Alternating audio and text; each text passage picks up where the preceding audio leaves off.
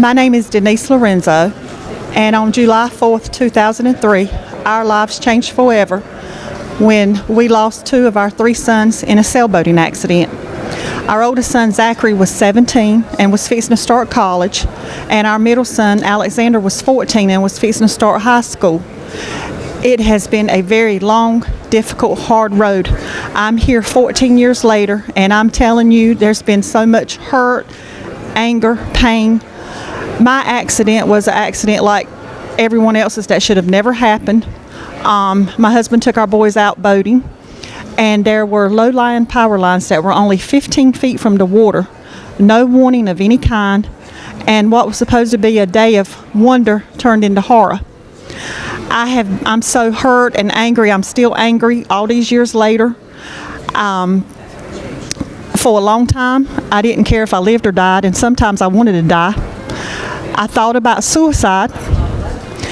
I even was at a point that I knew where I was going to do it and how I was going to do it. I was going to drive my car into a river. But for some reason, every time I would get into the car and seriously think about I'm going to go do it today, something would come into my head. I don't know if it was my sons or God or what, but something would come into my head and say to me, how can you do this to Dad and Chris after everything that we've been through? And I couldn't do it. And I'm at a point now, 14 years later, that I want to live. I want to see my surviving son be happy and grow and have his life. And I want to grow old with my husband. My husband and I have been together 32 years. And he is my best friend. He's been with me through everything.